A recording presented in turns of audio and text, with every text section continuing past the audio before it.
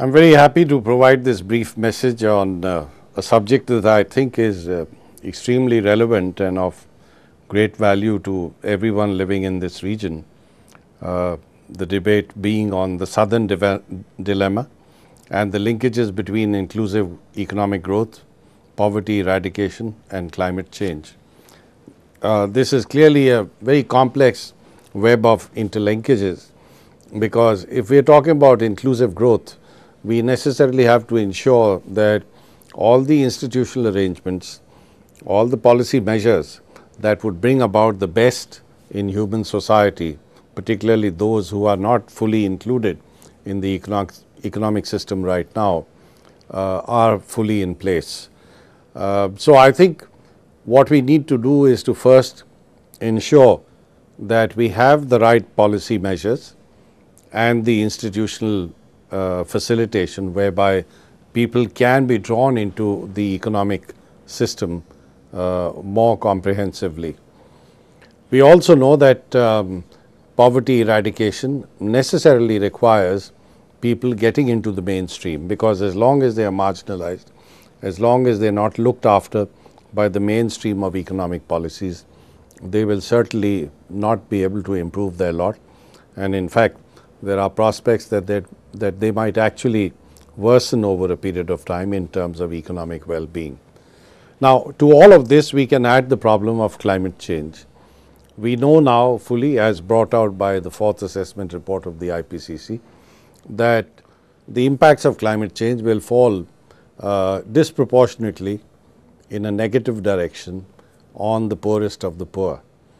This is true of communities that are isolated from the mainstream of economic activities, but it's also true of those communities that are part of, let's say, a more prosperous entity who would get left out. A good example of what I'm saying is exactly what happened in the city of New Orleans when Hurricane Katrina hit that particular city.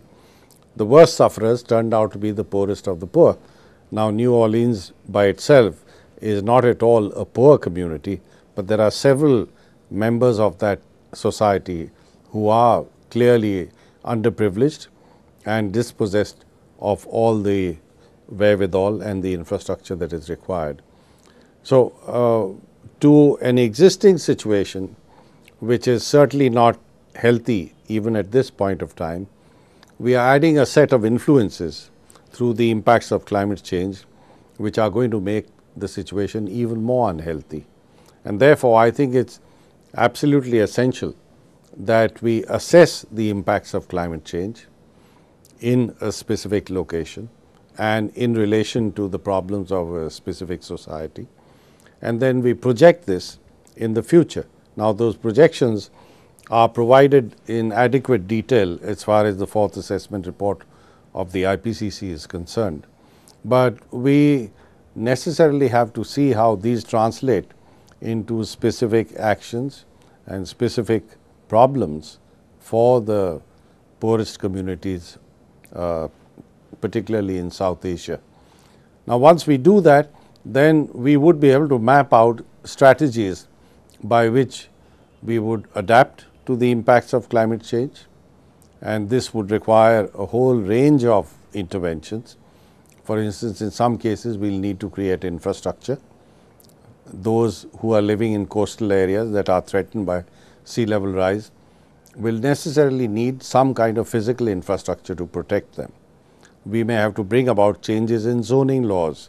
In other words, we would have to make sure that those spots which are highly vulnerable do not get new buildings and infrastructure over a period of time, because that could add a risk to the lives of those who are going to live there. We would need much better management of water resources, because the evidence is growing and our projections are very clear that water is going to become much more scarce, and this essentially would involve not only educating the community, but perhaps providing the right kinds of fiscal measures, the right kinds of pricing signals by which water is used efficiently, and even if necessary, providing incentives for the use of technologies that are more efficient in the use of water. So, these are some of the measures that we will have to take in hand for adaptation to the impacts of climate change. And in my view, perhaps the worst off would be those farmers, and I would say the number about 500 million people in this country alone, who are going to be affected in terms of their dependence on rain-fed agriculture. And we know precipitation patterns are changing and will continue to change.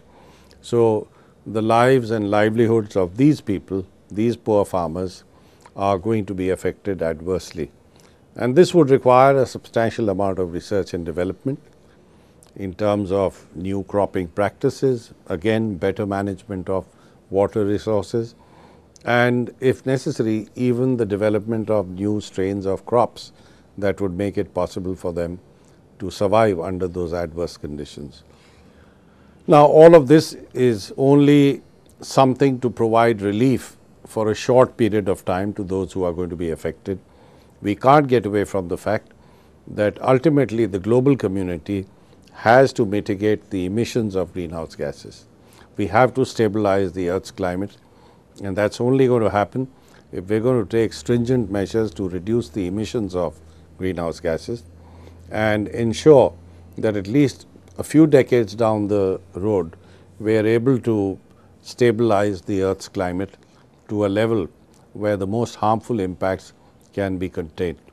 And this is where I would say that the global community as a whole has to show its sense of responsibility, its sense of fairness, equity, and I would say an exercise of ethics, because after all, the poorest of the poor have done nothing to bring this problem on themselves.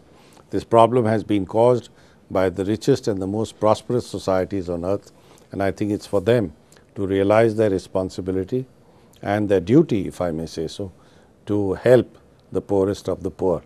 Now, I'm not saying that South Asia has to wait for the rest of the world to provide that help. We ourselves, among ourselves, can do a lot. And I think it's time for us to join hands across political divisions, across boundary lines, and to see how we can articulate these problems in a proper perspective and then come up with solutions which certainly will be served much better through cooperative actions than if we were to implement them on our own in isolation. So, this is what I would submit, and I hope in this important meeting we are able to come up with some concrete measures by which we can attack this complex problem of inclusiveness, poverty eradication, and meeting the challenge of climate change, all of which, as I said earlier, are interlinked. So, I wish you all the best, and I hope the deliberations will be of value to all of us and to every citizen of this particular region, and perhaps to all the citizens of planet Earth. We only have one Earth, and we necessarily have to ensure that we respect its ecosystems, its natural resources, and the stability of the climate, which human actions have clearly perturbed to a serious extent. Thank you very much.